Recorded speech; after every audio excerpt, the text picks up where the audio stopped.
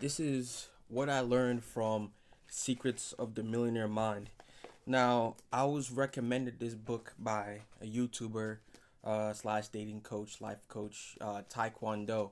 And I know it says Secrets of the Millionaire Mind, thinking, oh yeah, this is another, get rich quick books or, selling you a dream about how to become a millionaire overnight and change your life overnight.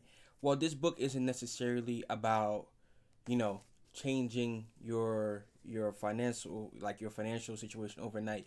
It's more about putting awareness on your spending and how other people have influenced your finances basically your whole life. One thing I took away from this book was how it says that give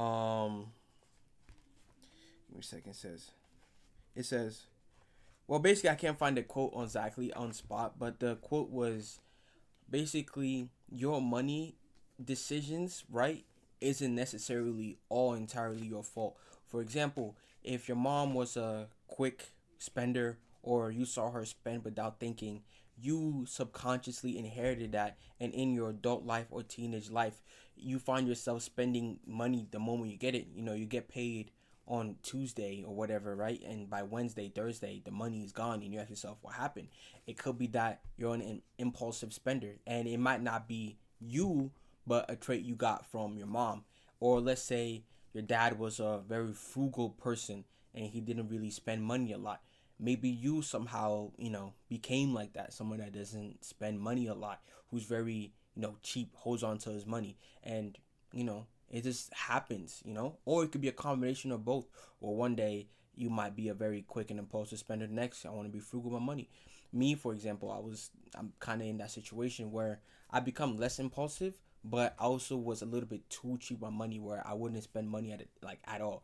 Like let's say when I was like 15, 15, I say 15 to like 17, right? I would get paid, right? And I wouldn't touch my paychecks at all. Like at all. Okay, at that time I didn't drive either. So I would literally get paid on Thursday and I would not touch my bank account until that following Thursday, and it would be like I got paid twice. Now I know it seems like that's a great model, but it's not sustainable because the more you age, the more responsibility you take on, the more money you have to spend on a daily basis. But that's just how I grew up. Also, this book also teaches you about manifestation and how basically like if you what you think in your mind, right? What you think in your mind becomes what your outer world becomes. Let's say you say to yourself, "I'm a loser. I'm a loser. I can't accomplish anything. I can't talk to that girl.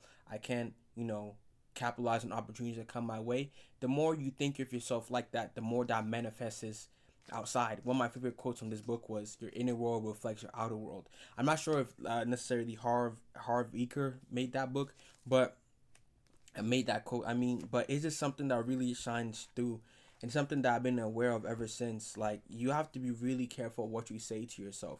And especially if you say negative things about yourself, you have to stop because no one is coming to save you. Like, the life you want is in your hands.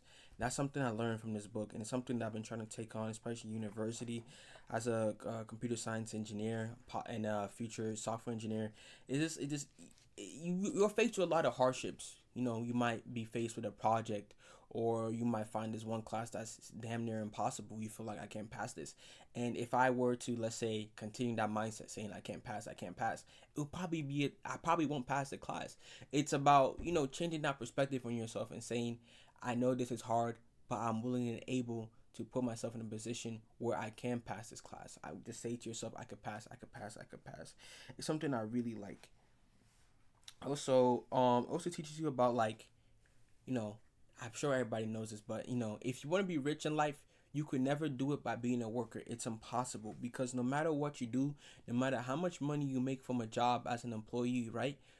What you get paid is only a small marginal amount compared to what the owner is making, or what a timeshare holder or whatever, a stockholder is making per year off your hard work.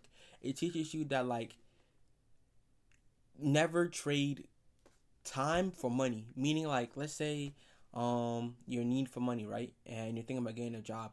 The book recommends to find a way to make money that isn't necessarily you clocking into work, because even if you clock into work, the money might not be enough. Let's say you're $30,000 in debt, and you've been behind on payments, right?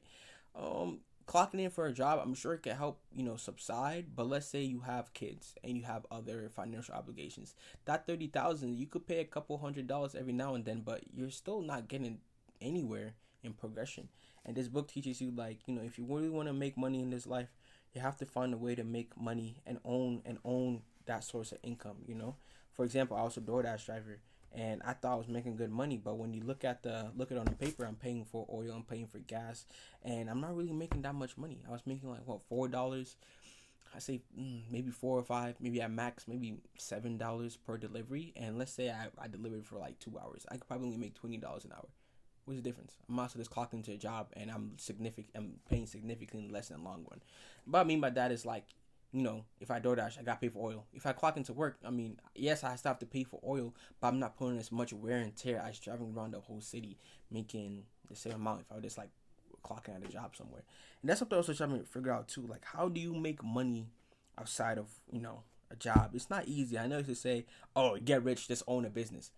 I don't know. I just it's something I've been contemplating a lot. How do you make money? How do you make money? How do you make money? And that doesn't involve you clocking into work. I've been thinking about it. I've been thinking about reselling. I tried reselling, but I don't really have a lot of clothes that I don't wear. I pretty much wear everything in my closet. So if I were to sell something, I feel like I would be a loss because I'm giving up a essential piece that I like. Also, this book teaches you about manifestation. I know I said that earlier, but manifestation is basically when you say something over and over again and you truly believe it. Because you could say something and not believe it. Change only happens if you first want to change and if you believe that you can change. I don't know if you guys see these notepads right here, but these are all manifestations. For example, one of those things says, I create my own level of success. I create my own level of success. And another thing is, don't let temporary pleasure distract you from my goals. And another thing, this is from one of my favorite quotes. It says, fear keeps us where we are. Intuition leads us to who we want to be. You know? And one thing I learned too, like I actually heard this quote on TikTok today, is how'd it go? It was basically like, if you think too much, let's say you have an idea, right? Like, for example, this video right here, it's spontaneous. I just decided to do it. If you think too much, you're probably not going to do it. Let's say, for example, oh, I want to go talk to that girl, or oh, I want to go after this job opportunity, right? That first kick you get, oh, I need to go do this. You should follow that thought. I know it's easy. I know you might be scared. Oh, what if they don't like me? What if I'm not qualified enough? Go find out. Because if you just think about it, you're not gonna do it. You're gonna overthink. Oh yeah, I'm not qualified. I can't do this. She probably got a boyfriend. She not like me. I'm not that attractive. Like, all these random thoughts prevent you from you know being like going after the opportunity, bro. And that's what I really like. And also another thing, I see. I wish I wrote down some notes before I did this, but again, this video is so spontaneous. Let me see. But basically what I got from the book is, like, to summarize everything, is your life is up to you. What you want your life to be, it's not gifted, it's not stolen, it's not, lucky. I mean, you can get lucky, but to get the life you want, you have to put yourself in positions to get lucky. Like, for example, right? I can't just be a random Joe, right? And let's say a businessman come up to me and say, "Son, what do you know about running a business?" And let's say I have no experience. I'm not that guy, right? But what if, right, I have had multiple failed businesses, right?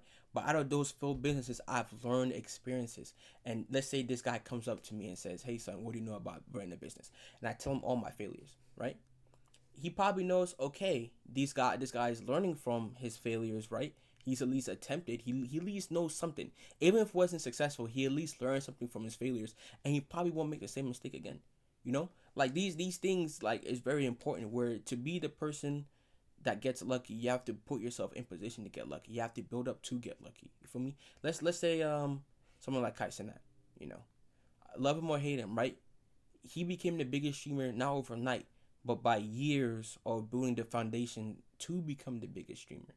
You know, let's say the CEO of Amazon or the former CEO of Amazon, what's his name, Jeff Bezos, right? He worked hours, many sleepless nights, before becoming that rich. You know, as I said, being lucky isn't overnight. It's you have to build up to it, like a pressure, like a geyser.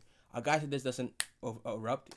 The pressure builds up until the point where it erupts, and then you get the geyser. So yeah. So if you ever look into, secrets of the millionaire mind, and you feel that, hey, I'm spending all my bread, I'm always broke 24/7. Maybe you're just making subconscious financial decisions, or let's say even you just struggle with going after opportunity, or putting yourself to get going. Secrets of the millionaire mind.